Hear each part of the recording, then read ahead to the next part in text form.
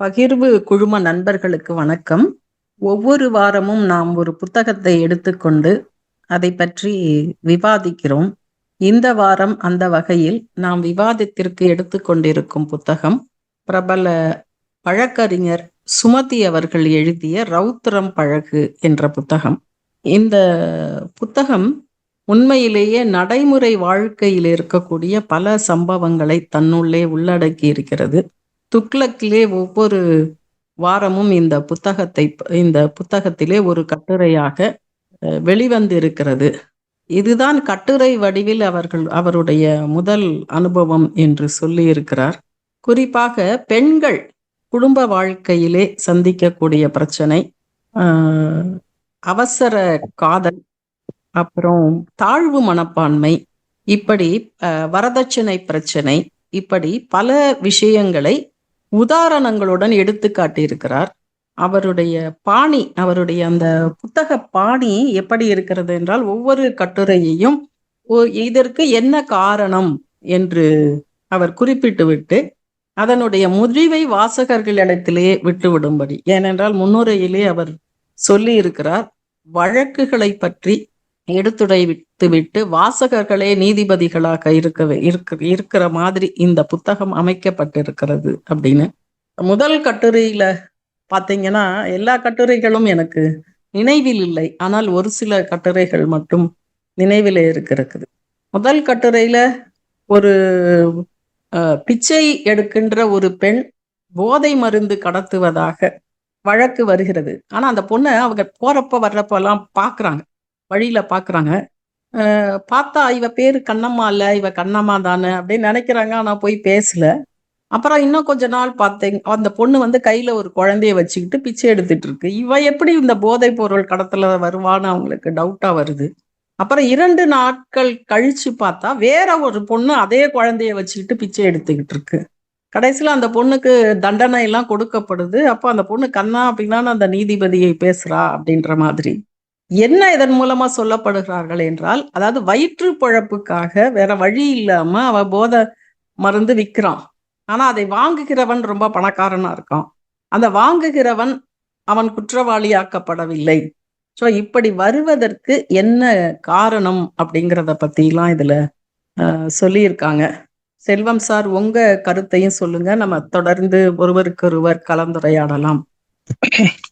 இந்த புத்தகம் ரவித்திரம் பழகு, அதாவது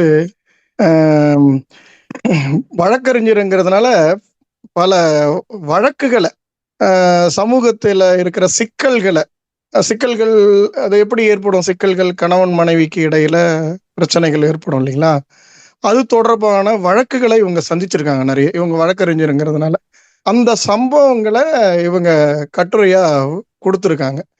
இதை படிக்கும்போது நமக்கு என்ன தோணுதுன்னாக்கா, சமூகத்தை நம்ம நல்லா புரிஞ்சிக்க முடியும். ஒரு வாழ்க்கை தொடங்குற வாழ்க்கை ஒரு கணவன் மனைவி ஒரு திருமணம் பந்தம் இது தொடங்குது இல்லைங்களா, அது எப்படிலாம் சிக்கலுக்குள்ளாகுது, எப்படிலாம் அது முறிவுக்குள்ளாகுது. அப்புறம் ஒரு கண்ணாடியை நம்ம உடைச்சிட்டோம்னு வைங்களேன், உடைச்சிட்ட பிறகு அதை ஒன்று கூட்டுறது கடினம். அதே மாதிரிதான் ஒரு வாழ்க்கை மனமுறிவு ஏற்பட்டுடுச்சுன்னா அதை நம்ம மீண்டும் இணைக்கிறதுங்கிறது அவ்வளோ சாதாரணம் இல்லை. மனமுறிவு பிறகு நிறைய பெண்கள் ஐயோ நான் கொஞ்சம் அட்ஜஸ்ட் பண்ணி போயிருக்கலாம், கொஞ்சம் விட்டு கொடுத்து போயிருக்கலாம், கொஞ்சம் ஈகோ இல்லாமல் இருந்திருந்தா வாழ்க்கையை நம்ம அட்ஜஸ்ட் பண்ணி போயிருக்கலாம். ஏன்னா அதுக்கப்புறம் வாழ்க்கை அதை விட நரகமா இருக்கு. மனமுறிவு அடைஞ்ச பிறகு வாழ்க்கை அதை முந்தைய வாழ்க்கையை விட பிந்தைய வாழ்க்கை ரொம்ப கடினமா இருக்கும்போது, அப்போ இந்த மாதிரி பெண்களுக்கும் ஆண்களுக்கும் இந்த மாதிரியான இக்கட்டான சூழல்கள் ஏற்படுது. அதனால இந்த மாதிரி சூழல்லாம் வரக்கூடாது அப்படின்னா இந்த வழக்குகளை, இந்த சம்பவங்களை இவங்க கட்டுரை எழுதியிருக்காங்கல்ல, இதை நீங்க படிச்சு பார்த்தீங்கன்னா வாழ்க்கையில எப்படிலாம் நம்ம நீக்கு போக்குகள் நடந்துக்கணும், எப்படி வாழ்க்கை புரிதலை ஆழப்படுத்திக்கணும். புரிதலை ஆழப்படுத்துறது ரொம்ப முக்கியமானது. நம்ம முதல்ல வெவ்வேறு குடும்பத்துல யாயும் யாராகியரோ எந்தையும் நுந்தையும் எம்முறை கேளிர் செம்புல பெயல் நீர் போல அன்புடைய நெஞ்சம் தாம் கலந்தனவேன்னு சொல்றாருல கவிஞர், சங்க கவிஞர். அதாவது யார் யாரோ என்ன ஊர்ல பிறந்தாங்களோ யார் யாருன்னு தெரியாது, ஒன்னா சேர்றோம். ஒண்ணு சேரும்போது ஒருத்தர் அது வந்து அரேஞ்ச்டு மேரேஜ்னு சொல்லலாம். அதுல வந்து நமக்குள்ள ஒரு புரிதல் ஏற்படுறதுக்கு கொஞ்சம் நாள் ஆகும். அதுக்கு முன்னாடியே வந்து நமக்குள்ள பிணக்குகளை வளர்த்துக்கிறது, ஒரு முன்முடிவோட ஒருத்தரை அணுகிறது. இவங்க இப்படித்தான் இருப்பாங்க, மாமியார்னா இப்படித்தான் இருப்பாங்க, மருமகள்னா இப்படித்தான் இருப்பாங்க, அத்தனார்னா இப்படித்தான் இருப்பாங்க அப்படின்னு ஒரு முன்முடிவோட அணுகிறது இல்லைங்களா? அது வந்து சரியானது இல்லை அப்படிங்கிறதுக்கான சம்பவங்களை நிறைய இதுல அடுக்கி சொல்லியிருக்காங்க. இது நீங்க படிச்சிருப்பீங்களா மேடம்? இது என்ன, வழி நடத்துவது யார், அந்த தலைவர் ஒரு பேச்சாளர் பேசுவாரு, ஆனந்த்ன்ற ஒரு பேச்சாளர் பேசுவாரு. அந்த பேச்சுல என்ன சொல்லுவாருன்னா, 100 சொல்லுங்க அந்த சொல்லுங்க. இளைஞர்களை 100 இளைஞர்களை தாங்க அப்படின்னு சொல்லுவாங்க. நாங்க வந்து இளைஞர்கள் இவ்வளவு பேர் இருக்கோம், ஆனா விவேகானந்தரை தான் காணோம் அப்படின்னு அவர் பேசின உடனே எல்லாரும் கை தட்டுவாங்க. கடைசியில அந்த அதான் இருங்க அந்த இடத்துல இருங்க, அப்படியே இருங்க, கை தட்டுவாங்க. நாங்க எங்க ஊர் எம்எல்ஏவை நாங்க மலை மாதிரி நம்பணும், மலை மாதிரி நம்பியதால் என்னவோ அவர் அசைய மறுக்கிறார் அப்படின்னு ஒரு கவிதை. அப்புறம் என்ன சொல்லுவாங்க, கந்தையானாலும் கசைக்கு கட்டு, அப்பனா அதுக்கு முன்னாடி என்னத்தை கட்டுறது அப்படின்னு இந்த ஆனந்த்ன்ற பேச்சாளர் வந்து ரொம்ப சுவாரஸ்யமா இளைஞர்களை ஒரு ஒரு என்ன சொல்றது, ஒரு உத்வேகப்படுத்துற மாதிரி அவர் பேசுவார். அப்புறம் நீங்க சொல்ல வேண்டியது சொல்லுங்க, இப்ப சொல்லுங்க அந்த இடத்துல. அவருக்கு அது அந்த பரிசு அவருக்கே கொடுத்துட்டு, அதெல்லாம் சரிதான், நீங்க சொல்றதெல்லாம் சரிதான், ஆனா நாங்க வந்து ஏன் விவேகானந்தரா நீங்களே மாறக்கூடாது அப்படின்னு ஒரு அந்த கடைசியில அந்த கேள்வி கேட்கிறப்போ அந்த அரங்கமே ரொம்ப அமைதியாயிரும் அப்படிங்கிற மாதிரி அதுல சொல்லப்பட்ட தலைவர்களை ஏன் தேடுறீங்க, உங்களுக்குள்ள நீங்களே தலைவர்களாக வேண்டியது தானே. விவேகானந்தருங்கிறது வெறும் சதையாலும் நரம்பாலும் ரத்தத்தாலும் ஆனது இல்ல. 100 இளைஞர்களை கொடுங்கன்னு சொன்னது அவர் நம்பிக்கையின் அடிப்படையில சொன்னாரு. நம்பிக்கை அது ஒரு தத்துவம். விவேகானந்தர் சொன்னது வந்து ஒரு தத்துவம். நீங்க வந்து ஆளை தேடாதீங்க, ஏன் உங்களுக்குள்ள இருந்து ஒருத்தரை ஏன் நீங்க தலைவரா ஆகக்கூடாது, லட்சம் தலைவர்கள் தேவையில்லை, லட்சம் இளைஞர்கள் தேவையில்லை. சரி சார், ஆமாமா, லட்சியம் இளைஞர்கள் தேவையில்லை, லட்சியம் கொண்ட இளைஞர்கள் இருக்கீங்களா உங்களுக்குள்ள தலைவர்கள், ஏன் நீங்க உங்களுக்கு சுய தேடல் ஏன் இல்ல? ஆமா, விவேகானந்தரை ஏன் உங்களுக்குள்ள நீங்க தேடக்கூடாது, விவேகானந்தர் தான் வரணும், யாரோ ஒருத்தர் வந்து தலைமை தாங்கணும்னு எதிர்பார்த்துட்டு இருக்கீங்க, நீங்களே தலைவரா இருக்கணுங்கிற மாதிரி அது ரொம்ப நல்லா இருந்தது. அதே மாதிரி நீங்க இந்த சங்ககால பாடல் பத்தி சொன்னீங்கல்ல, அந்த காதலை பத்தியே ஒரு இதுல ஒரு கட்டுரையில, என்னதான் காதல் இருந்தா கூட அந்த பொண்ணு வந்து கொஞ்சம் வேலைக்கு போகாத ஒரு பையன் ஒரு ஆளை பரவாயில்ல காதலிச்சு நம்ம பண்ணிக்குவோன்னு வீட்டை விட்டு எதிர்த்து வந்து, ஆனா கல்யாணம் பண்ணிக்கிட்டு கடைசியில அவன் வந்து எந்த வேலையும் செய்யாம இது பண்றப்ப அந்த குடும்பம், அது என்ன தலைப்புனா மேடம், குடும்பம் ஒரு லவ் போதை அல்ல, அது என்ன அந்த மாதிரி வரும். நீங்க தலைப்பெல்லாம் ஞாபகம் வச்சிருக்கீங்க, எனக்கு தலைப்பு கேரக்டர்ஸ் அதெல்லாம் மறந்து போச்சு. அது வந்து லவ்ங்கிறது ஒரு போதை கிடையாது, குடும்பம் நடத்துறதுக்கு அது போதாது. நமக்கு பணம் வேணும், பொருளாதாரம் வேணும், நம்மளுடைய தேவை பேசுங்க, நீ பாடுபடணும் அப்படிங்கறதுதான் உண்மையான காதல் அப்படின்னு சொல்லியிருப்பாங்கல்ல. அது நல்லா இருந்தது. ஒருத்தர் உயர்வுக்கு ஒருத்தர் வந்து சப்போர்ட்டிவா இருக்கிறது தான் காதல் அப்படிங்கிற மாதிரி அவங்க சொல்லியிருந்தாங்க. 2 பேரும் வாழ்க்கைய துவங்குறாங்க.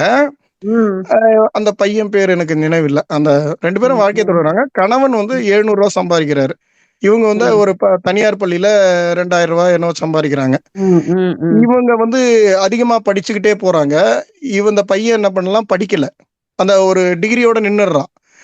அப்போ இவங்க படிச்சு சம்பளம் அதிகமா சம்பாரிச்சுக்கிட்டே போகும்போது இவங்களுக்குள்ள ஒரு நெருடல் வந்துருது. இவன் சரியான வேலைக்கு போறதில்ல, போக சரியா வேலைக்கு போறதில்ல, குறைவா சம்பாதிக்கிறான். காலையில எழுந்து காஃபிக்காக என்ன ரொமான்ஸ் பண்ணாலும் அவன்கிட்ட இருந்து வருமானம் வரணும்ல. ஆமா ஆமா, உழைக்காமலே அது திருமணமாகி கொஞ்ச நாளைக்கு வேணா அது ஒரு இனிமையா இருக்கலாமே ஒழிய நீண்ட வாழ்க்கைக்கு அது என்ன செய்யாதுங்க, உதவாது. அதுதான் சொல்றாங்க. அதாவது வாழ்க்கை என்பது வெறும் காதல் வார்த்தைகளால் கட்டமைக்க முடியாது. அது ஆரம்பம்னா அப்படி இருக்கலாமே ஒழிய நீண்ட கால வாழ்க்கைக்கு நீங்க சொன்ன மாதிரி, அம்மா சொன்ன மாதிரி பொருளாதாரம், அந்த அந்த மனைவிக்கு இணையான உயரம் வரணும். நம்ம இணையா வரணும். அவங்க உழைக்கிறாங்கன்னா நீங்க உழைக்கணும். அப்ப ஆமா. சோம்பேறியா இருக்க முடியாதுல்ல. ம். சோம்பேறி வந்து அதாவது ஏழையா இருக்கலாம். அந்த புக்ல சொல்லியிருக்காங்க இல்லங்கம்மா, ஏழையா இருக்கலாம். ஆமா, ஆனா ஆமா. சோம்பேறியா இருக்கக்கூடாது. ஆமா, ஆமா, ஆமா. சோம்பேறியா இருந்தா யாரும் ஏத்துக்க மாட்டாங்க. ம், ம், அதனால அந்த வாழ்க்கையை நகர்த்தி செல்வதற்கு உங்களுக்கு என்ன வேணும்? ஒரு வாழ்க்கைக்கு என்ன வேணும்? பணம் இல்லாம வாழ முடியாது. ம். உணர்வுகள் மட்டுமே போதாது அப்படின்னு அவங்க சொல்றாங்க. அதே மாதிரி நீங்க முதல்லயே சொன்ன பாயிண்ட் எச்சரிக்கையா இருக்கணும் அப்படிங்கிறதுக்கு, அந்த உதாரணமா அவன் வந்து முதல்ல அ கல்யாணம் பண்ணிக்கிட்டு, அப்புறம் பிஏ கொஞ்ச படிச்ச நாள் ஒரு பொண்ணு. அ அந்த ஒரு பெண் ஒருத்தவங்க படிச்சிருப்பாங்க. அவன படிச்சுட்டு கல்யாணம் பண்ணிக்குவாங்க. இல்ல வேலை படிக்கும் போதே வேலை தேடுவாங்க, கிடைக்கும். ம். அதுக்கடுத்து கல்யாணம் பண்ண பிறகு அவன் வந்து 4,000 ரூபாய் சொல்லிட்டு 2,000 ரூபாய் கொடுப்பான். அதுக்கடுத்து ஆ, அததான் சொல்ல வந்தேன். அதுதான் கரெக்ட். மிகப்பெரிய அந்த ஒரு ஏமாற்றத்திற்குரிய ஒரு இது வந்து ஆ ரூ. அவங்களுக்கு. 2000 அவன் ஏமாத்திருவான். ரூ. 4000 சம்பளம்னு சொல்லிட்டு, அதுக்கப்புறம் நான் எனக்கு பிசினஸ்க்கு அத குடுத்துருக்கேன், இத குடுத்துருக்கேன், உன்னுடைய நகைய குடு, இவளுடைய சம்பளத்த கடைசில இவன் வந்து விட்டுட்டு போயிடுவான். முழுசா அந்த லோன் பூரம் இவ பேர்ல இருக்கும். அந்த வெளியில போனவன் வரல அப்படின்றப்போ, அப்போ என்னதான் படிச்சு வேலைக்கு போனா கூட, கணவன் இவ செக் புக்கே கையெழுத்து போட்டு வச்சிருப்பா, செக் புக்கே காணாம போயிரும். அதுக்கு அப்படி ஒரு சூழல். அப்புறம் இன்னொரு ஈவென்ட்ல இல்ல, இந்த பாத்தீங்கன்னா கதை இருங்க. இது சொன்னீங்கல்ல, இதுல வந்து ம், என்னன்னாக்க ம், உணர்வுகளுக்கு நம்ம பெண்கள் வந்து விழுந்துடுறாங்க ம், ம். இல்லைங்களா? உணர்வுல வந்து ஆமா, ஆமா. விழுந்துடுறாங்க.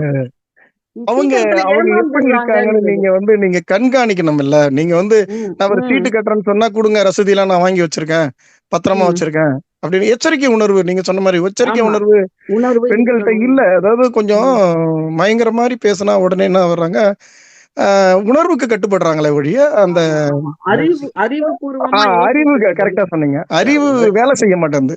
ம், அறிவு உணர்வுக்கு கட்டுப்பட்டுதான் இருக்கணுமே ஒழிய ம், உணர்வுக்கு அறிவு கட்டுப்பட்டுதா மாறக்கூடாது. அப்படி மாறும்போது இந்த மாதிரி தடுமாற்றங்கள் வாழ்க்கையில என்ன செய்யும், வரும். ம். அதுதான் அந்த அந்த சம்பவத்தை நீங்க அழகா சொல்லி காமிச்சீங்க 2 பேரும். அது என்ன ரொம்ப கஷ்டம் ரொம்ப தான் அது. யதார்த்தமான விஷயங்கள். யதார்த்தமான விஷயம். தெரிஞ்சுக்க வேண்டிய விஷயங்கள். ம். அப்புறம் வந்து இது உங்களுக்கு சிறப்பா இருந்திருக்கும். அந்த கட்டுரை பார்த்தீங்கன்னா, அந்த பிரிவுக்கு என்ன, பிரிதலுக்கு முன்ன கடைசியா சொல்ல வேண்டிய வார்த்தைகள்னு ஒண்ணு சொல்லுவான். ம். அதாவது பிரிவுங்கிறது எவ்வளவு வலிமையானது, கொடுமையானது அப்படிங்கிறத ஒரு சம்பவத்த சொல்லியிருப்பாங்க. ம். 2 பேரு கோர்ட்ல போய் நிப்பாங்க. அவங்க அந்த சூர்யாவும் மாதுன்றவங்களும் காதல் பிடிக்கும்போது அவங்க 2 ம். பேருமே உண்மையா அந்த பையன் வந்து பொண்ணுக்கு வந்து வீட்ல மாப்பிள்ளை வரன் பார்ப்பாங்க. அப்ப அவன் சொன்ன உடனே இவன் வந்து கொஞ்சம் பொறுன்ற மாரி சொல்லுவான். அதுக்கடுத்து அந்த அம்மா அந்த பெண் என்ன சொல்லுவா, "நீ அப்ப உண்மையிலேயே என்ன லவ் பண்ணலையான்னு" சொன்னா, அவன் என்ன பண்ணுவான், உடனே ரெஜிஸ்டர் மேரேஜ் பண்ணிடுவான். இந்த விஷயம் அந்த பெண்ணுக்கு வீட்ல தெரிஞ்ச பிறகு, என்ன பண்ணுவான்னா, பெண்ண வெளியவே வராம, வேற எங்கேயும் வராம இருப்பாங்க. அப்போ பையன் எப்படியாவது திருமணம் செய்து கொள்ளணும், சரி எப்படியாவது பார்க்கணும்லாம் பார்ப்பான். இப்ப எதுவுமே முடியாத அளவுக்கு இருக்கும்போது, அவங்க மேல் கோர்ட்டுக்கு போறாங்க. அப்படி கோர்ட்டுக்கு போகும்போது தான், இவன் என்ன பண்றான், நான் எப்படியாவது உன் கூட வந்துர்றேன்ற செய்தியும் அவனுக்கு அனுப்புறா. ஆனாலும் அங்க போகும்போது என்ன ஆயிடுதுன்னா, இவன் பார்ப்பான், அவன் திரும்பி பார்க்கவே மாட்டான். அப்ப கூட அந்த வழக்கறிஞர்கிட்ட கேட்பான். எப்படியாவது மேரேஜ் பண்ணிக்க, என் கூட வந்துருவான்னு கட்டாயம் வந்துருவாங்க. இப்ப ஏன் அவ என்ன பார்க்கவே இல்லைன்னு கேட்கும்போது, இல்ல அவங்களுக்கு தப்பா நினைப்பாங்கன்றதுக்காக உன்ன அவ பார்க்கவே இல்லைன்னு சொல்லிட்டு அந்த வழக்கறிஞர் கூட சொல்லுவாரு. ஆனா கடைசி நேரத்துல அது என்ன ஆகும்னா, அவ வந்து இந்த சூர்யா என்ற பெண் என்ன பண்ணுவான்னா, அம்மா கூட தான் போறேன். எனக்கு விருப்பம் இல்லன்ற மாரி சொல்லுவா. அந்த இடத்துல அவன் உடைந்து போய் மேலும் வந்து ம். ம். நீதிமன்றத்த நாடுவான். அது மாரியான இது அந்த இடத்துல தான் அந்த பிரிவுன்றது எவ்வளவு கஷ்டம்ன்றத அந்த கட்டுரையில சொல்லுவாங்கன்னு நினைக்கிறேன். ஆமா. ஆனா சரியா ஏன்னா தான் சொல்லுவாங்க. சில சமயம் கரெக்டா இருங்க. அந்த இடத்த கரெக்டா நிறுத்திட்டீங்க. அதுக்கப்புறம் மேலும் தொடர்ச்சி சொல்றேன் நானு. அதாவது ம். என்னன்னா, அவங்க நான் பெற்றோர் கூட தான் போவேன்னு அந்த பெண்ணு சொல்லிடுவாங்க. சொன்ன உடனே பெற்றோர் கூட போயிடுவான் அந்த பொண்ணு. உடனே இவன் என்ன பண்ணுவான், சும்மா இருக்க மாட்டான். ஏன்னா கூட சேர்ந்து வாழணும்னு ஆசைப்பட்டான். அதனால என்ன பண்றான், நாங்க வந்து சட்ட ரீதியா எங்களுக்கு நாங்க ரெஜிஸ்டர் மேரேஜ் பண்ணிட்டோம். அதனால அவங்க எப்படி கல்யாணம் பண்ணிக்க முடியும்? அவங்க எப்படி இந்த ரெஜிஸ்டர் மேரேஜ்ல இருந்து அவங்க நீதிமன்றத்தால எதுவும் விலக்கு குடுக்கப்படல. இந்த ஒரு அவங்க எப்படி கனவு வாழ இருக்கும்போது முடியும்? அப்படின்னு இவங்க என்ன பண்ணுவான், கேஸ் போடுவான். ம். ம். அதுல இல்லைங்களா? அழகான ஒரு கலீல் ஜிப்ரானுடைய வரிகள் ஒன்று பயன்படுத்தப்பட்டிருக்கும். உங்களுடைய குழந்தைகள் உங்களுடையதல்ல. நீங்க வந்து அத வளர்க்க தான் முடியும். மேலும் உங்க சிந்தனைய அவங்க மீது திணிக்க முடியாதுன்ற மாரி அந்த கலீல் ஜிப்ரானுடைய கவிதை ரொம்ப அழகா அதுல ம். பயன்படுத்தியிருப்பாங்க. அந்த அம்மா அவங்க பெற்றோருக்கு சொல்ற மாரி அத சொல்லியிருப்பாங்க.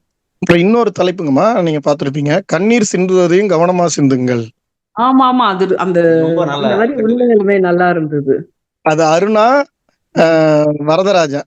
அருணாங்கிறவங்க ஒரு டெலிஃபோன் இதுல வேலை செய்றாங்க. டெலிஃபோன் அட்டெண்டரா. ரிசப்ஷனாவும் இருக்கிறாங்க. வேலை செய்றாங்க. அவங்க வந்து விவாகரத்தானவங்க. அவங்க 2 பசங்கள வச்சுட்டு வாழறாங்க. வெங்கடேசன்ற ஒரு அலுவலக ரீதியா ஒருத்தர் வராரு. அவரு கூட இந்த வரதராஜன்றவரு வராரு. அப்போ அந்த வரதராஜனும், அருணாவும் பார்த்துக்கிறாங்க. அப்போ அவங்களுக்குள்ள ஒரு நட்பு வருது.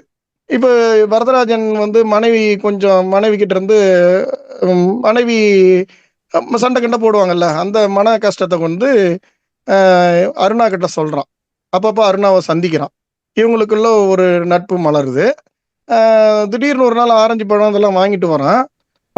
பசங்க வந்து அங்கிள் அங்கிள்னு சொல்லிட்டு இருந்த பசங்க திடீர்னு அப்பா வராரு, அம்மா அப்படின்னு சொல்றாங்க பசங்க. உடனே இவ வெளிய வந்து பார்க்கறா, கொஞ்சம் அதிர்ந்து நின்னுடுறா. உடனே அந்த வரதராஜன் என்ன சொல்றான், பசங்களுக்கு அது தெரியாம சொல்லிருச்சு. இது பண்ணிக்காதீங்க. நீங்க விருப்பப்படலைன்னா நான் போயிடுறேன் அப்படின்னு சொல்ல, இல்ல இல்ல இல்ல வாங்க வாங்கன்னு உடனே கூப்பிடுறான். இப்படியே என்ன பண்றான், பேசிக்கிட்டே பழகிக்கிட்டே அத்துமீறிடுறான். அத்துமீறி 2 பேரும் ஒண்ணா சேர்ந்துடுறாங்க. அந்த மாதிரி இருக்கிறாங்க. இது வந்து வரதராஜன் மனைவிக்கு தெரிஞ்சு போகுது. வரதராஜன் மனைவி சும்மா இருக்காங்களா? நான் வாழ்க்கை பறி போறத யாராவது சும்மா இருப்பாங்களா? நான் பார்த்துட்டு இருப்பாங்களா என்ன? அவங்க என்ன பண்றாங்க, அந்த குழந்தைங்களுக்கு பள்ளிக்கூடத்துல போய் அந்த அங்கிள் வராரு, அவருக்கு கொடுக்கறதெல்லாம் சாக்லேட் கிடையாது, விஷ மிட்டாயி, சாப்பிடாதீங்க அப்படின்னு சொல்லி வச்சிடுறா. அருணா வேலை செய்யற ஆபீஸுக்கு லெட்டர் எழுதி, என் கணவரோட இவருக்கு வந்து இந்த இந்த இந்த பெண்மணிக்கு வந்து தவறான தொடர்பு இருக்கு அப்படின்னு லெட்டர் எழுதிடுறா. இது இவன் வந்து வரதராஜன் வந்து அரசியல்ல இருக்கிறான். அவங்க அரசியல் அந்த அமைப்புல கடிதம் எழுதி, எனக்கு இவர் துரோகம் பண்றாரு அப்படின்னு எழுதிடுறா. அப்போ அரசியல் எதிர்காலம் இவனுக்கு கேள்விக்குறி ஆயிடுது. வேலை இவளுக்கு கேள்விக்குறி ஆயிடுது. குழந்தைங்களும் அந்த வரதராஜன் வரும்போது அலறி அலறி அழுகுறாங்க. இந்த சூழல்ல இவங்க அப்பதான் தன்னை உணர்றா. நீங்க வந்து என்ன மனைவி தான் என்ன வந்து சரியா நடத்தல, மனைவி என்ன வெறுக்கிறான்னு சொல்லி தானே என்கிட்ட வந்தீங்க, நான் திருமணம் பண்ணிக்கிறேன்னு சொன்னீங்களே, என்ன ஆச்சுன்னு கேட்கும்போது, அதெல்லாம் பேசாத, உனக்கு எனக்கும் வந்து உன்னை பிடிக்கும் அவ்வளவுதான், உனக்கு எனக்கும் என்னதான் உறவு அப்போ அப்படின்னு கேட்கும்போது, நட்பும் கிடையாது, மனைவியும் கிடையாது, உன்னை பிடிக்கும் அவ்வளவுதான் அப்படின்னு சொல்றான். என்ன உறவுனே தெரியாத ஒரு நிலையில பழகுவது என்பது முடிவுக்கு தான் வருமே தவிர தொடர முடியாது அப்படின்னு அந்த உறவை சொல்லி முடிக்கிறாங்க. அது ஒரு கண்ணீர் சிந்துவதையும் கவனமா சிந்துங்கள். ஏதாவது ஆசைப்பட்டது தப்பு இல்ல, யாருகிட்ட ஆசைப்படுறது, எந்த இடத்துல ஆசைப்படுறது, எந்த நபர்கிட்ட ஆசைப்படுறது அப்படிங்கிறத நீங்க கவனமா செய்யணும். கண்ணீர் சிந்துவதை ஒரு கவிஞர் கவிஞர் சுரேஷ் எழுதின கவிதையை இங்க சொல்லி காட்டுறாங்க. கண்ணீர் சிந்துவதை கவனமா சிந்துங்க, இல்லை என்றால் உங்கள் கன்னத்திலேயே பாத்தி கட்டி கண்ணீரில் உப்பு எடுத்து விடுவார்கள் அப்படின்னு சொல்லி முடிக்கிறாங்க இந்த இடத்துல. இல்ல அதே மாதிரி இந்த இன்னொருத்தவங்க 2 பேரு கணவன் மனைவி டைவர்ஸ் பண்றதுக்குன்னு கோர்ட்ல போனப்ப, அவன் அந்த கணவன் வந்து திடீர்னு மனைவி கிட்ட வந்து இல்ல இல்ல நம்ம சேர்ந்து இருந்துருவோம் அப்படிங்கிற மாதிரி சொல்லி அவங்க கூட இருந்து கடைசியில இல்ல நான் வந்து வாபஸ் வாங்கிடுறேன் இந்த இத, நம்ம வந்து ஒன்னா சேர்ந்து இருக்கலாங்கிற மாதிரி சொல்லிட்டு கடைசியில மறுபடியும் கோர்ட்டுக்கு போறப்போ அந்த வழக்கறிஞர் என்ன பண்றது, சாமிநாதனும் ஏதோ பேருன்னு நினைக்கிறேன் அந்த வழக்கறிஞர் பேர், அந்த பொண்ணு பேரெல்லாம் மறந்துருச்சு.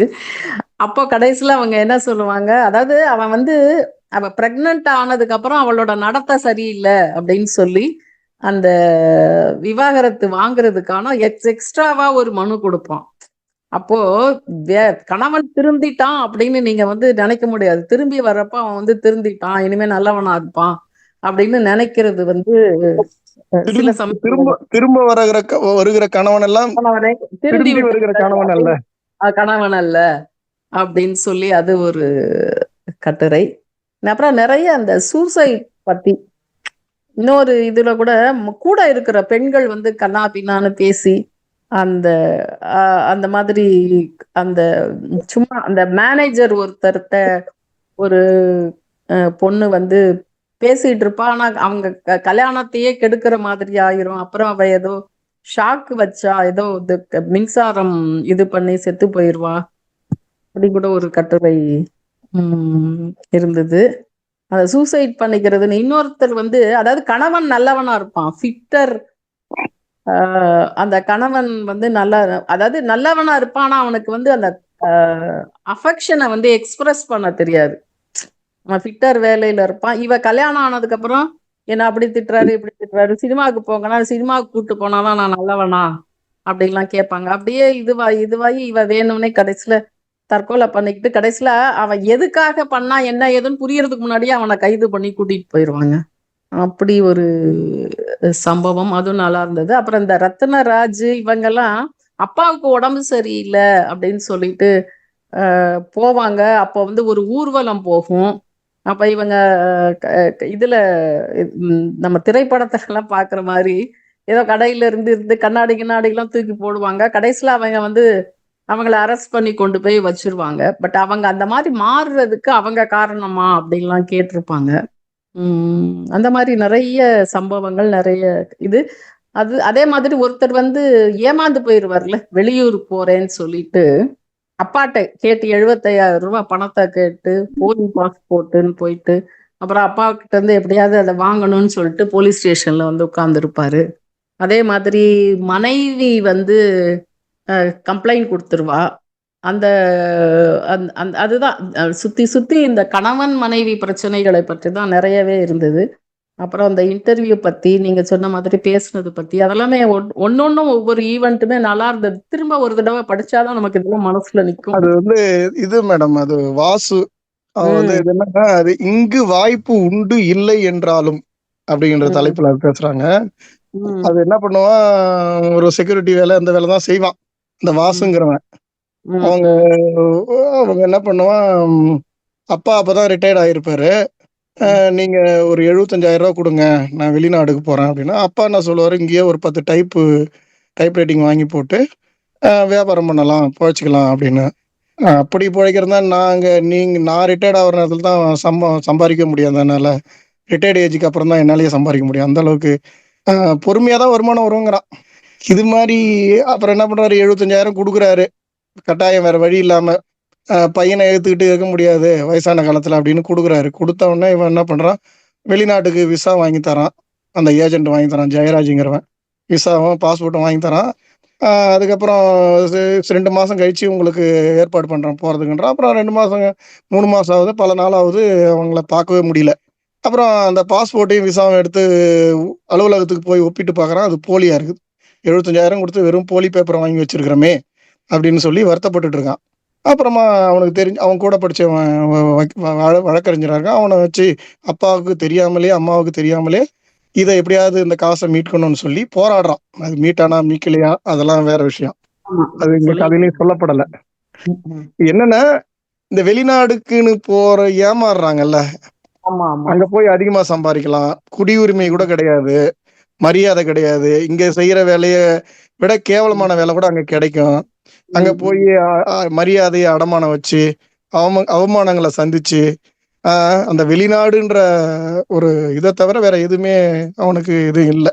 இங்கேயே பல வேலைகள் இருக்கு, இங்கேயே செஞ்சு நம்ம முன்னேற முடியும் அப்படிங்கிறது இளைஞர்களுக்கு ஏன் புரிய மாட்டேங்குது இல்லைங்களா? அதுதான் அந்த கட்டுரையில சொல்லியிருக்காங்க. வாய்ப்பு இங்கேயே இருக்கு, நிறைய வாய்ப்புகள் இருக்கு. ஆமா, அது உண்மையும் கூட தானே, வாய்ப்புகள் இங்க இருக்கு. ஆனா ஒரு அதே மாதிரி நீங்க என்ன பண்ணணும், நல்ல ஏஜென்ட்டை பார்க்கணும். அப்படியே போற மாதிரி இருந்தாலும் கூட நீங்க என்ன பண்ணணும், கவர்மெண்ட் ஏஜென்ட் நல்ல ஏஜென்சியா பார்க்கணும். அனுப்புறோம் யாரு கரெக்டா சரியா, அதெல்லாம் நீங்க இன்னைக்கெல்லாம் நிறைய வெப்சைட்லாம் வந்துருச்சு, இன்னைக்கெல்லாம் செக் பண்றதுக்கான பல வாய்ப்புகள் இருக்கு. ஆனா இன்னைக்கும் இளைஞர்கள் என்ன பண்ணிட்டு இருக்காங்க, ஏமாந்துகிட்டு தான் இருக்காங்க. இப்ப கூட ரீசெண்டா ஏதோ அமெரிக்காவில எல்லாம் சட்டவிரோதமா போனாங்கன்னு விலங்கு போட்டெல்லாம் அவங்கள கூட்டிட்டு வந்தாங்க அப்படின்லாம் நம்ம செய்தி. ஆமா, குடியுரிமை இல்லைன்னா வெளியேறணும்னு சொல்லி இந்த அதிபர் வந்தோடனே இது பண்ணிடுறாங்கல்ல. இந்த மாதிரி சட்ட சிக்கல்கள்லாம் இருக்கு இல்லைங்களா? ஆமா ஆமா, இது மாதிரியான விஷயங்கள் சொல்லியிருக்காங்க. நிறைய பெண்கள் தொடர்பான விஷயங்கள் தான் நிறைய இதுல பேசியிருக்காங்க. இந்த மாதிரி வேலை வாய்ப்பு இதை பத்தி சொல்லியிருக்காங்க. இது ஒரு நல்ல விஷயம்தான், நல்ல கருத்து சொல்லியிருக்காங்க. அதே மாதிரி பெண்கள் வந்து கவனமா இருக்கணும், எச்சரிக்கையா இருக்கணும்.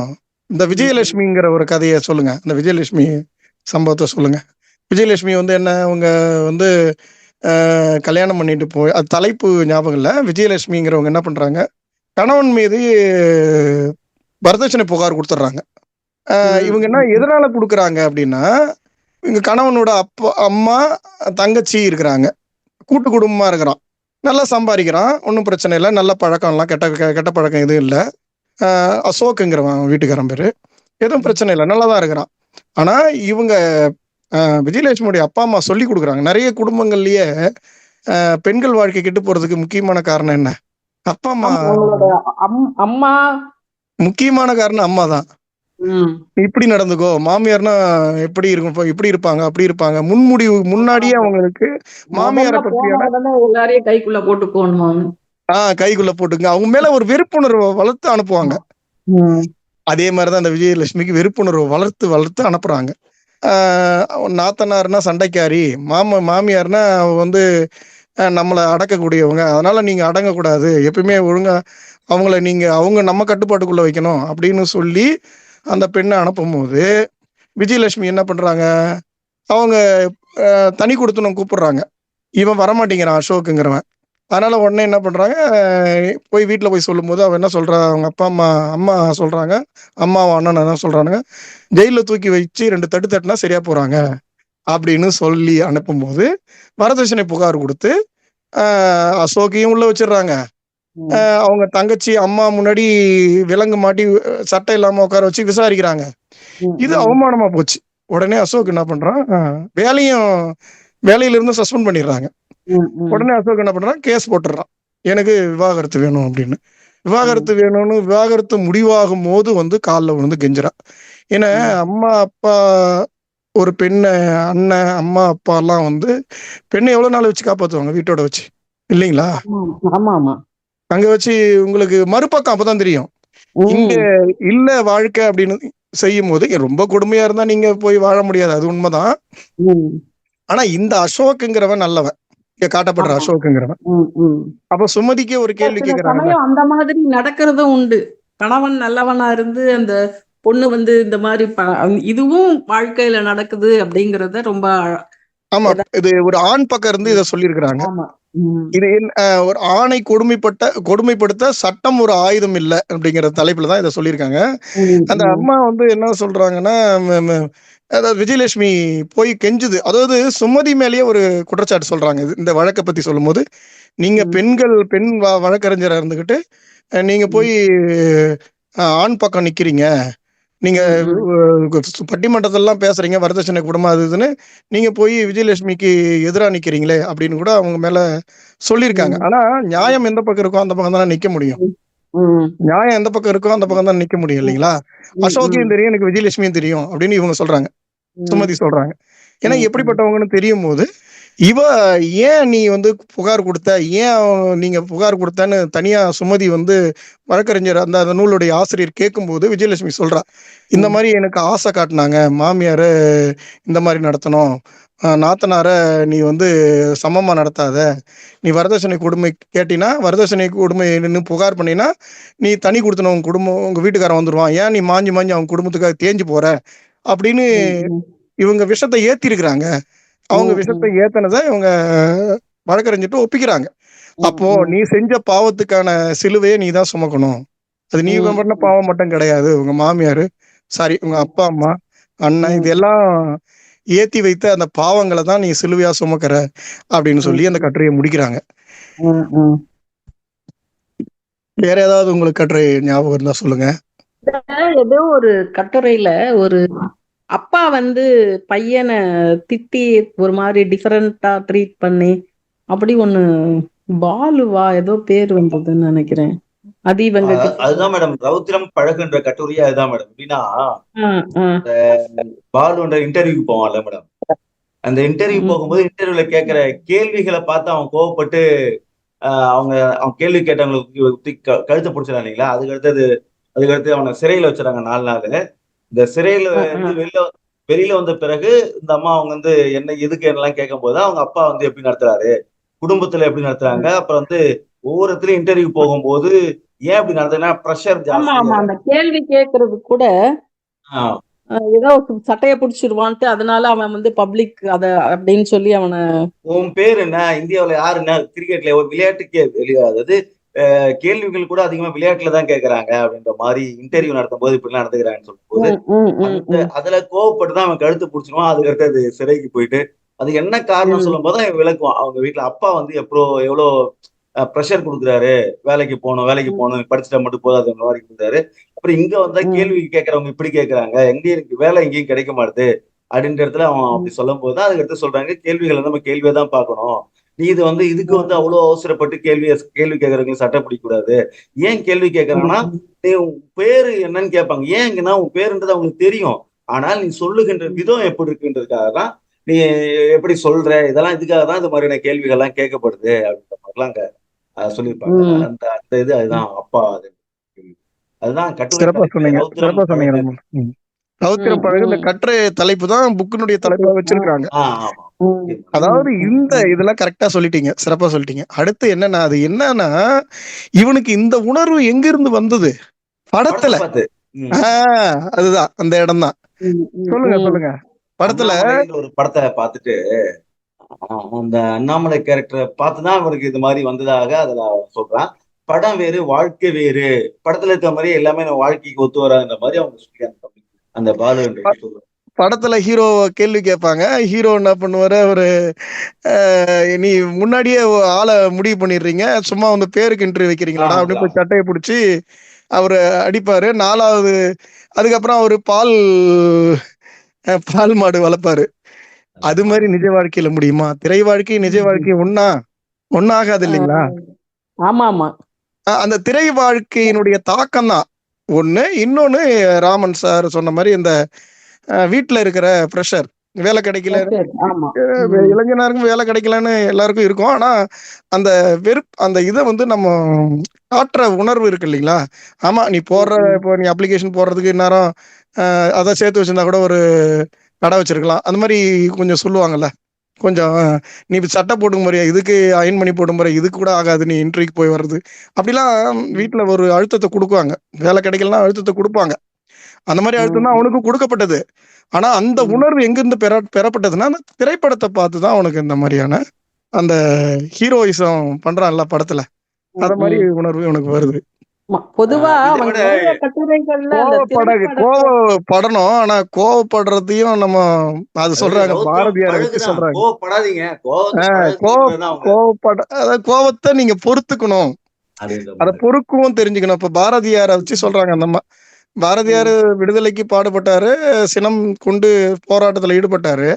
அவன் ஒடுக்க வந்த உடனே இங்கே இருந்து நேருக்கு நேரா முதல்ல என்ன பண்ணுவான், சுடுதல்லுவான். ஆனா அவர் புதுச்சேரியில போய் கவிதைகளை எழுதினாரு. அந்த மாதிரி நீங்க பழகும், கோவப்படணும். ஆனா கோவப்படுறத வந்து எந்த இடத்துல, எந்த நேரத்துல, எப்படி எப்படி நிதானமா வெளிப்படுத்தணும்னா அது மறைமுகமா, அதாவது என்ன சொல்றது, நம்ம ஜெயிச்சு காட்டணும்.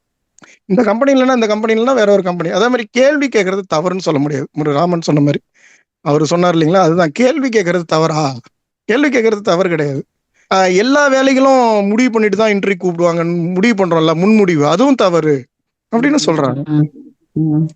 எல்லாத்தையும் அப்படி முடிவுப்பா. இப்ப நீங்க கவர்மெண்ட் எக்ஸாம் எழுதுறீங்க, இதெல்லாம் பணம் வாங்கிட்டு தான் போடுவோம் அப்படின்னு முடிவு பண்ணி எழுதுனா என்ன அர்த்தம்? அப்படி எழுதுனா எங்கேயாவது ஒண்ணு ரெண்டு நடக்குது, அது இல்லைன்னு சொல்லல. தவறு சரியா வரலைங்க மேடம் உங்களுக்கு? இயலாமையை அப்படி தவறு சரியா வரலையா? இப்ப வருது, இப்ப வருது. அதுதான் அந்த ஜெனரலாவே அவங்க திரைப்படம் வந்து எப்படி சமுதாயத்தை பாதிக்குதுன்னு நிறைய இடத்துல சொல்லியிருக்காங்க. அதை விட இன்னொரு இடத்துல மேடம், இந்த கோவில்கள் வந்து இந்த கேளிக்கை இடமாக மாறலாமான்ற மாதிரி ஒரு இதை கொடுத்துருப்பாங்களா மேடம்? இந்த கோவில் சமயங்கள்ல ஆன்மீகம் வளர்த்த வேண்டிய இடத்துல என்னென்னலாம் பண்றாங்க, அந்த ஒரு சினிமா பாடல்களுக்கு எல்லாம் பாடல் போட்டு அந்த சின்ன ஒரு 8 வயசு சிறுமி அவங்க வந்து எப்படி அந்த அங்க அசைவுகள் அந்த எல்லாம் நடனம் ஆடுகின்ற காட்சி, அதை பார்த்து பெற்றோர்கள்லாம் எப்படி பரவசம் அடைகிறாங்க, இது சரியா சரியில்லை. அது மட்டும் இல்லாம நிறைய அந்த பாடல்கள், விழுப்புரம் ஒரு முறை போகும்போது அங்க கானா பாடல் போட்டிருப்பாங்க, அந்த பாட்டை கேட்டு ரொம்ப ஆபாசமா இருக்கும், அந்த வரிகள்லாம் கொடுத்துருப்பாங்க. அந்த வரிகள் நிறைய வரிகள் அங்க மேற்கோளா சொல்லியிருப்பாங்க. இதெல்லாம் வந்து நம்மளுடைய கலாச்சாரத்தை எப்படி சீரழிக்குது, ஆஹ் ம். அந்த அந்த மாதிரி கோவில்கள் வந்து பெரும்பாலான இடத்துல அந்த டைவர்ஷன் எப்படிலாம் அந்த இடத்துல நிறைய சேர்லாம் போட்டு அந்த சமயங்கள்ல அந்த ஆன்மீகம்ன்ற பேர்ல ரோடுலாம் சாலை அந்த சாலை முழுக்க மக்கள் உட்காந்துக்கிட்டு வர பயணிகள் அந்த வரவங்களை வந்து வேற வேற அடி வேற மாற்று வழியில அனுப்புறது, அவங்க எவ்வளவு கஷ்டப்படுறாங்க அதெல்லாம் வந்து அந்த இதெல்லாம் கொடுத்துருப்பாங்க. அந்த ஒரு கட்டுரை நல்லா கொடுத்துருப்பாங்க நீங்க சொல்ற மாதிரி. அந்த பாட்டு ஆபாசமா இருக்கும். அந்த பாடல்களை குன்றத்தில குமரனுக்கு கொண்டாட்டம், இந்த மாதிரி பாடல்கள்லாம் ஒரு 4-5 பாடல்கள் அவங்க பட்டியலிட்டு காட்டுவாங்க. அந்த பாடல்கள்லாம் எப்படிலாம் வரி மாத்தி இருக்கிறாங்க அப்படின்னு சொல்லி காட்டியிருப்பாங்க அங்க. ஃபுல்லாவே அந்த பக்தி பாடல்களை கொண்டாந்து சினிமா பாட்டோட வச்சு பக்தி அந்த கந்தசஷ்டி கவசம் டியூன்லயே இந்த பாட்டை பாடி அதெல்லாம் இப்போ ஒரு ட்ரெண்ட் ஆயிடுச்சுல. ஜென்ரலாவே அந்த மாதிரி ஒரு ஒரு அந்த பக்தி நீங்க எந்த டியூனாலும் எடுத்துக்கலாம். அதுல வந்து ஆபாசம் கலக்காம ஒரு நன்னெறி கருத்துக்களை வச்சு பாடினீங்கன்னா பரவாயில்ல. அது வந்து ஒரு கொச்சையான உணர்வு தூண்டுற மாதிரி இருக்க கூடாதுல்ல. காட்சி மட்டும் தான் கெடுக்குன்னு நினைக்காதீங்க, வரிகளும் இது மாதிரியான இந்த வரிகள் கூட நம்ம சமூகத்தை சீரழிக்கும்ன்றதையும் சொல்லுவாங்க. அதுதான் அந்த மாதிரி நீங்க அந்த மாதிரி இளைஞர்கள் வந்து இதா வராங்க அப்படின்னு சொல்றாங்க. அதே மாதிரி அந்த ஸ்கூல் படிக்கிற குழந்தைங்க வந்து அந்த கட்டுரை மேடம், அது வந்து இந்த கவர்மெண்ட் நடுநிலை, அதாவது மிடில் கிளாஸ் ஃபேமிலி எல்லாம் வந்து ஒரு ரொம்ப பெரிய பணக்கார பள்ளிக்கூடத்துல சேர்த்துட்டு அவங்க படுகின்ற அந்த தாழ்வு மனநிலையை வந்து ரொம்ப அழகா சொல்லியிருப்பாங்க. ஒரு பெண், அந்த சுகந்தி என்ற பெண் வந்து எப்படி எனக்கு ஸ்கூட்டி அதெல்லாம் வேணும், அது நான் சாதாரண லஞ்ச் பேக் என்னால கையெழுத்து தூக்க முடியாது, ஏன்னா எல்லா வீட்லயும் பணக்கார வீட்டுல எப்படி குடும்பம் கார்ல போவாங்க, அப்ப அதே மாதிரி அந்த பெண் ஆசைப்படுறது இதெல்லாம் கொஞ்சம் ரொம்ப நல்லா சொல்லியிருப்பாங்க. அதாவது இதை நீங்க இந்த மாதிரியான பள்ளிக்கூட சேர்த்த காட்டிலும் நீங்க சாதாரண பள்ளிக்கூடம் சேர்த்து அந்த பணத்தை வந்து நீங்க என்ன பண்ணலாம், தனி கவனம் செலுத்தி அந்த பெண்ணை நீங்க அந்த குழந்தைய வளர்க்கலாம், நிறைய அவங்களுக்கு நிறைய ட்ரைனிங் கொடுக்கலாம், நிறைய இது மாதிரியான அவங்களுடைய தன்னம்பிக்கையை ஊட்டுற மாதிரி இது மாதிரியான புது புது புத்தகங்கள் கொடுத்து அவங்களை வாசிக்க வைக்கலாம். இது மாதிரியான வீட்டுல தனி அவங்களுக்கு முக்கியத்துவம் கொடுக்கலாமே தவிர நீங்க இந்த மாதிரி ஒரு பணக்கார பள்ளிக்கூடத்துல சேர்த்து அங்கதான் அறிவு வளருன்ற அவசியம் இல்லை. பள்ளிக்கூடத்தை பொறுத்த அறிவு வந்து பள்ளிக்கூடம் காரணம் கிடையாது அப்படின்றத ரொம்ப அழகா. ஆமா, அதுவும் நல்லா இருக்கும். அதே மாதிரி ஒரு பொண்ணு தன்னோட ஃப்ரெண்டு வந்து பள்ளிக்கூடத்துக்கு வரல, என்ன அப்படின்னா அவ வந்து இந்த மாதிரி பண்ணிட்டா அப்படிங்கிறதுக்காக அதுக்கு ஒரு விழா எடுக்கணும்னு நினைக்கிறாங்க. எங்க வீட்லயும் அதே மாதிரி பண்ணிருவாங்க, அதை எப்படியாவது தடுத்து நிறுத்தணும் அப்படிலாம் சொல்லி அந்த பொண்ணு வந்து இது பண்ற மாதிரி. ஏன்னா இது வந்து இந்த காலத்துல ரொம்ப சின்ன வயசுலயே பிள்ளைங்க ஏஜ் அட்டன் பண்ணிடுறாங்க. அதை ஒரு பெரிய ஃபங்க்ஷனா ஆக்கி இயல்பா நடக்கக்கூடிய விஷயத்த இதுவாக்கி அதனால பிள்ளைங்களுக்கு கஷ்டமா இருக்கு அப்படின்ற அந்த கருத்தையும் சொல்லி மன ரீதியான பிரச்சனைகள் அவங்களுக்கு ஏற்படும்ன்றத அந்த இடம் அருமையா சொன்னீங்க. பெண்களுக்கு வயசுக்கு வந்துருச்சுன்னு விழா நடத்துறீங்களே, அறிவிக்கிறீங்களே, ஆணுக்கு மீசை முளைச்சிருச்சு அவனுக்கு விழா வச்சிருக்கேன் பாருங்க அப்படின்னு கூப்பிடுவீங்களா? ஆமா, அது சொல்லி இருந்தாங்க. இது சொல்லுங்க ராமன், சொல்லுங்க. இந்த விமலான்னு ஒரு சின்ன குழந்தை மேடம், 2 வயசு 2ஆம் கிளாஸ் படிக்கிற ஒரு பெண் வந்து தன்னுடைய பாட்டி வீட்டுக்கு போவா. அந்த பாட்டி வீட்டுக்கு போன உடனே அம்மா இறந்துட்டாங்கன்னு செய்தி வரும். ஆனா அந்த அம்மா, அந்த பெண்மணி என்னன்னு பார்த்தாங்கன்னா தன்னுடைய கணவர் மீது இவங்க வேற ஒருத்தவங்களோட தொடர்புல இருப்பாங்க. கணவன் கேட்கறதுனால அவங்க என்ன பண்ணுவாங்க, அதை சூசைட் பண்ணிட்டு அதுக்கு முன்னாடி ஒரு 2 வரி கடிதம் எழுதுவாங்க. என்னுடைய இறப்புக்கு காரணம் என்னுடைய கணவர் தான் சொல்லிட்டு அந்த கடிதம் எழுதி வச்சுட்டு அவங்க இறந்துருவாங்க.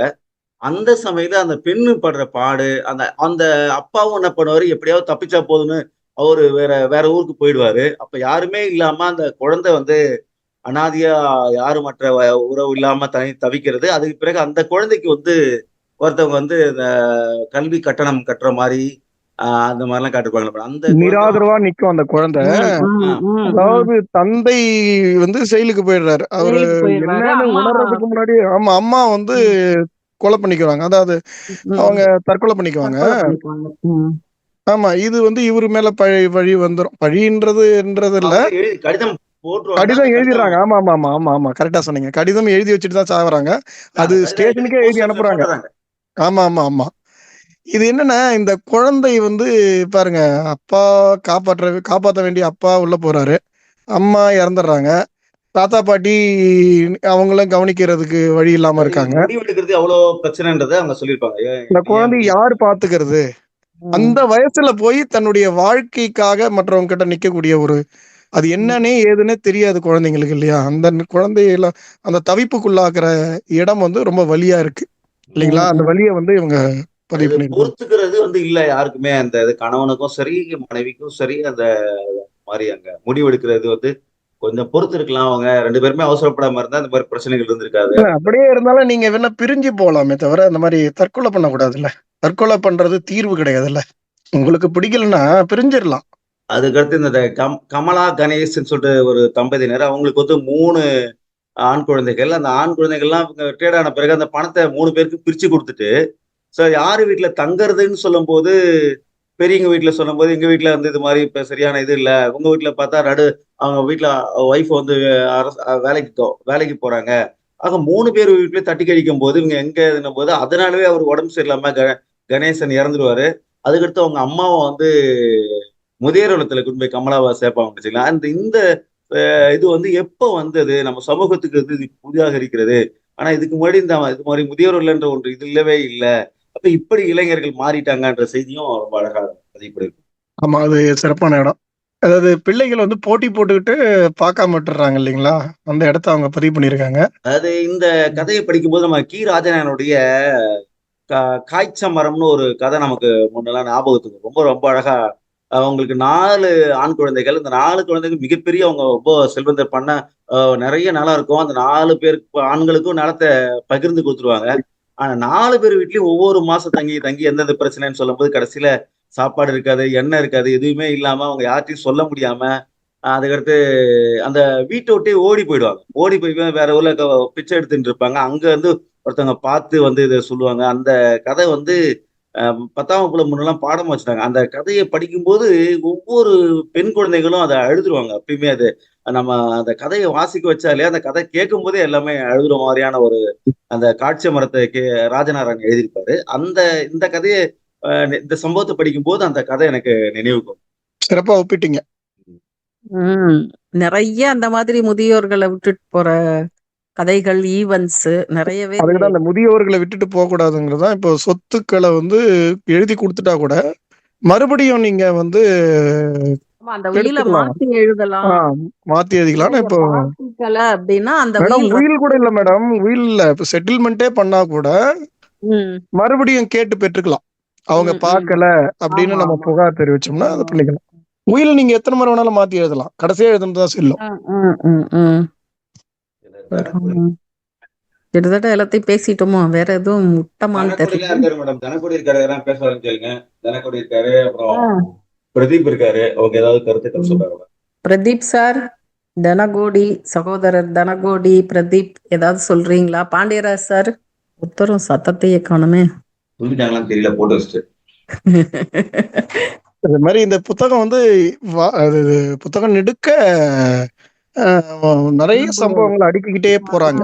ம், இது ம். நீங்க படிக்க படிக்க என்ன வரும்னா, உங்களுக்கு புரிதல் வந்து அ வாழ்க்கை எப்படி நம்ம அணுகணும்? நமக்குள்ளேயே ஒரு ஒரு விழிப்புணர்வு வரும்ல, இப்படிலாம் ஏதாவது நமக்கு நடக்கும். தெரியாத பக்கங்கள் எல்லாம், தெரியாத வாழ்க்கை பக்கங்கள்னு சொல்றேன் நானு. புத்தக ம். பக்கங்கள் இல்ல. வாழ்க்கையில இருக்கிற தெரியாத சைடுலாம் இருக்கு இல்லீங்களா? அதெல்லாம் நமக்கு புத்தகங்கள் வெளிச்சப்படுத்துது இந்த புத்தகம். வாசிக்கிறதனுடைய பலனே அதுதானே. ஆமா, ஆமா, ஆமா. புத்தகத்தினுடைய புத்தகங்கள் படிக்கிறதனுடைய பயனே அதானே. வாசித்தாலே நமக்கு விழிப்புணர்வு வருது, அறிவு வருது, நமக்கு மனமாற்றம் வருது. ஒரு மனமாற்றம் வருது. சூழல் வந்து நம்ம நெறைய சூழல நம்ம ம். போய் அனுபவிக்க முடியாதுல்ல. எல்லா சூழலுக்குள்ளயும் ஆமா. நம்ம இருந்து அனுபவிக்க முடியாது இல்லைங்களா? ம், ம். அனுபவம்ன்றது சிலது தான் நமக்கு அனுபவமா கிடைக்கும். இப்ப இத ஆமா. படிக்கும்போது பல அனுபவங்கள நமக்கு ஆ. கண்ட உணர்வு இருக்கு. கண்ட உணர்வு. அதாவது அனுபவிச்ச உணர்வு இல்லன்னா கூட, அது படித்த உணர்வு வரும்போது, ம், ஓ! ம். இந்தந்த சூழல்ல இப்படி இருக்கணும். ஆமா, அப்படிங்கிற புரிதல் நமக்கு வருது. ஆமா. ஒரு மனப்பக்குவம் வருது. இளம் பெண்கள் இத கண்டிப்பா படிக்கணுங்கிறேன் நான். என்ன கண்டிப்பா, சொல்றீங்க? ஏன்னா, கண்டிப்பா. அவங்க வாழ்க்கைக்குள்ள நுழையக்கூடியவங்க. இல்ல ம், ம். வாழ்க்கைக்குள்ள சிக்கலுக்குள்ளாகுறாங்க பாருங்களேன். ஆமா. அவங்க கூட இந்த புத்தகத்த படிக்கும்போது, புத்தகத்த படிக்கலாம். சிக்கல்ல இருந்து எப்படி எப்படி வெளிய வரலாம்? வெளிய வரலாம். அதாவது எல்லாத்துக்குமே தற்கொலை மட்டும் தீர்வு கிடையாது. கிடையாது. ஆமாமா. அந்த அ பெறலாம். அதே சமயத்துல நம்ம பக்கமும் நியாயமா நடந்துக்கணும். அநியாயமா நடக்கக்கூடாது. அப்படிங்கிறதெல்லாம் ஒரு விழிப்புணர்வு வரும். 2 பேருக்குமே, பெண்களும் சரி, ஆண்களும் சரி. அதாவது ஒ ஒரு ஈவென்ட்ல பாத்தீங்கன்னா அந்த கணவன் வந்து அஹ், சின்ன சின்ன விஷயத்துக்கு கூட ஒரு மாதிரி அஹ், பாசமா பேசாம அவளை கிட்ட கொஞ்சம் எரிஞ்சு விழுந்ததே இவளுக்கு ஒரு பெரிய விஷயமா பட்டு அதுவே அவங்களுக்குள்ள விரிசல் வர அளவுக்கு இருக்குதுன்னா அந்த ஹியூமன் ரிலேஷன்ஷிப்புங்கிறது ரொம்ப அழகானது. அதை வந்து நம்ம மெயின்டைன் பண்ணணும் அப்படிங்கறதெல்லாம் அந்த புரிதல்லாம் அந்த புத்தகம் படிக்கிறப்போ நமக்கு நல்லாவே தெரியுது. போர் போடுறதும் பாதுகாப்பு பண்றதும் மட்டும் வாழ்க்கை கிடையாது. ம். பகிர்ந்துக்கணும், வாழ்க்கைய ஆமா. பகிர்ந்துக்கணுங்கிறாங்க. அதாவது அதுல என்ன அருமையான ஒரு கருத்து சொன்னாங்க, நீங்க நினைவுபடுத்துனீங்க.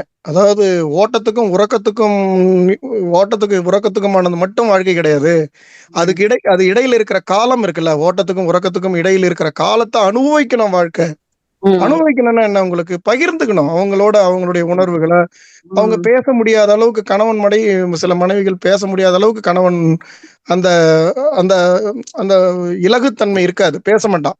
அவங்க இருக்கலாம். ஆமா. மாமியார் என்ன அந்த வேணுமோ இருக்கும்போது. எல்லாம் செய்வாங்க. ஆமா ஆமா ஏன்னா மனசுக்குள்ள பாசத்தை வச்சுக்கிறோம், எனக்கு அதெல்லாம் இது இல்லை அப்படிம்பாங்க. அதாவது அவங்களுக்கு வந்து அதை எக்ஸ்பிரஸ் பண்ண உணர்வுகளை எக்ஸ்பிரஸ் பண்ண வெளிப்படுத்த தெரியாது நிறைய சுக ஆண்களுக்கு. துக்கங்களை சொல்லணும்ல. இப்ப நீங்க பண்றது எனக்கு இது கொஞ்சம் இது வந்து நான் இது மாதிரி பண்ணிருக்கலாம், அது சஜஷன் சொல்ற அளவுக்கு மனைவிகளை கணவன் மனைவிக்கும் மனைவி கணவனுக்கும் வந்து Flexibility இருக்கணும். அக்சசபிலிட்டி கரெக்டா சொன்னீங்க. அந்த வார்த்தை தான் தேடிட்டு இருந்தேன். அதாவது 2 பேரும் பேசணும். அதாவது பயந்து. பேசுறதுக்கு அனுமதிக்கணும் சார். நிறைய ஆ, வீடுகள்ல ஆமா ஆமா ஆமா.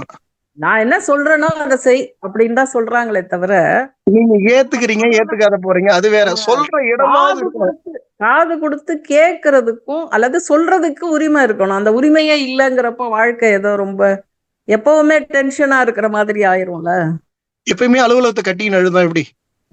வீட்டுக்கு வந்தா நீங்க அப்படி இருக்க கூடாது இல்லைங்களா? ம், ம். அது ஆபீஸ் பிரச்சனையா, பெரிய பிரச்சனையா, நீ ஒரு பிரச்சனையா, ஆமா. அப்படி ஒண்ணு கேட்கும் அதே போது பொதுவா அவங்க சொல்லுவாங்கல்ல, ஆபீஸ் பிரச்சனையை ஆபீஸோட விட்டுறணும், வீட்டு பிரச்சனையை ஆபீஸ் கொண்டு போக கூடாது. அது இவருக்கு வந்து ஆபீஸ் போறாரு, 4 பேர் பாக்குறாரு, நிறைய பேர்கிட்ட பேசுறாரு, அவருடைய மன அழுத்தம் எல்லாம் தீரும். இவங்க வந்து எங்க வீட்லயே தானே இருக்காங்க. ம், ம். வேலைக்கு போற பெண்ணா இருந்தா ஓகே, நீங்க சொல்றது ரைட். அவங்கள 4 பேர் பாக்குறாங்க பேருந்து. பெண்கள் பிரச்சனையையும் ரொம்ப நிறையவே டிஸ்கஸ் பண்ணியிருக்காங்க. அது இன்னொரு கட்டுரையில பாத்தீங்கன்னா அவங்க அந்த அம்மா வந்து கல்யாணத்துக்கு முன்னாடியே நான் வந்து மாசம் 500 ரூபாய் என்னுடைய பேரண்ட்ஸுக்கு தருவேன் அப்படின்னு சொல்லியிருப்பாங்க. ஆனா அது கல்யாணம் ஆனதுக்கு அப்புறம் அவர் வந்து அதை மறுப்பாரு. எதுக்குன்னு அதுவே அவங்களுக்குள்ள பிரச்சனையாகி ஒரு நாள் வீட்டை விட்டு அவங்க அப்பா அம்மா வீட்டுக்கு போயிருப்பா. அப்ப வந்து அவளை வந்து இல்ல திரும்ப நீ வா அப்படின்னதுக்கு இவ ரொம்ப ரொம்ப கன்ஃபார்ம்டா இல்ல உனக்கும் உங்களுக்கும் எனக்கும் ஒத்து வராது அப்படின்னு சொல்லி 2 பேரும் பிரிஞ்சிடுற மாதிரி அது ஒரு கட்டுரை இருக்கும். ஆமா ஆமா. அது அப்பா அம்மாவை பார்க்க வேண்டியது, அதாவது அந்த மனைவி, அதாவது அந்த பெண்ணோட அண்ணன் வந்து பாத்துக்காம தனி கொடுத்துன்னு போயிருப்பான். இவங்க தங்கையும் அம்மாவும் தான் இருப்பாங்க. திருமணத்தின் போது பேசிதான் திருமணம் பண்ணிக்குவாங்க. ஆனா நான் வீட்டுக்கு 500 ரூபாய் கொடுப்பேன். ஆமா. அப்ப திருமணத்துக்கு ஒத்துக்கிட்டு நான் 500 ரூபாய் நீங்க வீட்டுக்கு கொடுத்துக்க அப்படின்னு சொன்னவன், திருமணத்துக்கு அப்புறம் லாப நஷ்டம் கணக்கு பார்த்துட்டு நீ ஏன் கொடுக்குற அப்படின்னு கேட்கும் போது, அது இப்போ ஒரு பெண் வந்து இந்த ஆண் இவங்க கணவன் கொடுக்க கூடாதுங்கிறான், ஒரு ஆண் கொடுக்க கூடாதுன்றான், அண்ணனா இருக்கிற ஆண் பாத்துக்கல. அப்போ அந்த பாதுகாக்க வேண்டிய அப்பா அம்மாவையும் தங்கையும் பாதுகாக்க வேண்டிய வளர்த்தாங்க, நன்றி உணர்வு இருக்கணும், ஒரு மனித நேயம் இருக்கு, ஒரு மனசாட்சி இருக்கு. இதெல்லாம் பெண்களுக்கு இருக்கக்கூடாதுங்கிறது தானே? இருக்கத்தானே செய்யும். அதே நம்ம பார்க்கணும்ல அப்படிங்கிற மாதிரி அந்த கட்டுரை வந்து நமக்கு சொல்லுது. அவங்க ஒரு அவஸ்தைப்படுறாங்க, அந்த இடத்துல ஒரு அவஸ்தைப்படுறாங்கல்ல. ஆமா,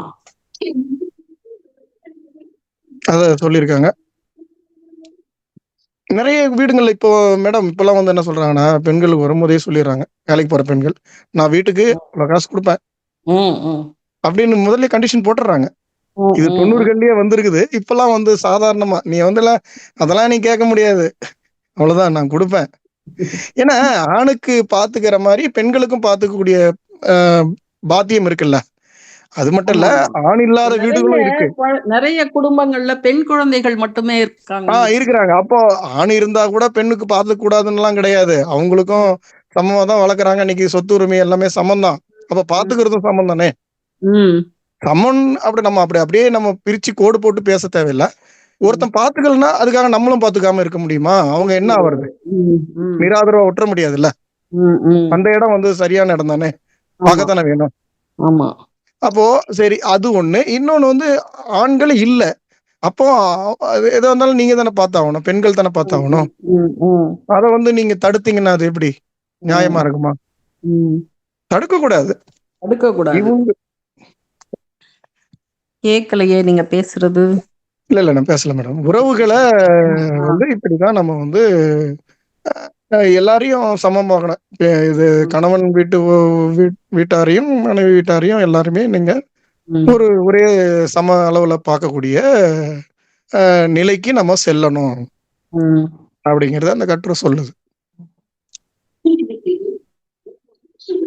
இது மாதிரி நிறைய கருத்துக்களை சொல்லிக்கிட்டே போறாங்க. ஆமா ஆமா கிட்டத்தட்ட எல்லா எல்லா கட்டுரையும் டிஸ்கஸ் பண்ணிட்டோம் நினைக்கிறேன். 1 2 அதே மாதிரி இந்த ஜாதகம் பாக்குறத பத்தியும் ஒரு கட்டுரை இருக்கு.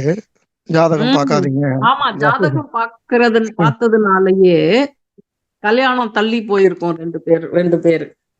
அந்த செவ்வாய் தோஷம் சொல்லி ம் ம் இதெல்லாம் வந்து விஞ்ஞான காலத்துல கம்ப்யூட்டர் யுகத்துல வந்து ஜாதகத்தை பார்த்து ம் அதெல்லாம் வந்து அவ்வளோ கணினி படிக்க கற்றுக் கொடுத்த நாம வந்து இன்னும் அந்த பழமையிலேயே மூழ்கி இருக்கிறோமே, ஜோதிடம் ஜாதகம் அப்படின்னு அதையும் அவங்க சொல்லதான் செய்யறாங்க. ம் ஜாதகம் பார்க்க கூடாது. ஆனா என்ன படிச்சு டாக்டரா இருந்தா கூட அதை என்ன செய்யறாங்க, பாக்குறாங்க. ஆமா படித்தவர்களே அப்படிதான் இருக்கிறாங்க. ஆமா, இதையும் சொல்லியிருக்காங்க. ராமன் முடிச்சிடுறீங்களாமா? முடிச்சிடலாமா? அப்போ முடிச்சிடலாமா? முடிச்சிடலாம்னு நினைக்கிறேன். இது மாதிரியான சிறப்பான கருத்துக்கள் நிறைய சொல்லியிருக்காங்க. படிக்க வேண்டிய புத்தகம், அனைவரும் வாங்கி வாசிக்கணும். ஆமா. முறைப்படி ஒரு நன்றி சொல்லிடவா? சொல்லிடுங்க. இதுவரை இந்த ரௌத்திரம் பழகு என்ற புத்தகத்தை பற்றி ஒரு ஆழமான அலசல் அப்படின்னு தான் சொல்லணும். நிறைய பங்கேற்பாளர்கள் இல்லை அப்படின்னா கூட இந்த புத்தகம் மிகவும் அகலமாகவும் ஆழமாகவும் விவாதிக்கப்பட்டிருக்கிறது. அவங்களுடைய கருத்துக்கள் அனைத்துமே உள்வாங்கப்பட்டிருக்கிறது. இந்த புத்தகம் அனைவராலும் இந்த கலந்துரையாடலில் சொல்லப்பட்டிருப்பது போல அனைவரும் படிக்க வேண்டிய ஒரு புத்தகம். ஸோ இந்த வாய்ப்பினை நமக்கு கொடுத்த இந்த பகிர்வு குழுமத்திற்கு நன்றி கூறி இதிலே பங்கேற்ற சகோதரர் செல்வம் அவர்களுக்கும் சகோதரர் ராமன் அவர்களுக்கும் என்னுடைய மனமார்ந்த நன்றியை தெரிவித்துக் கொண்டு இந்த கூட்டத்தை நிறைவு செய்கிறேன். நன்றி, வணக்கம்.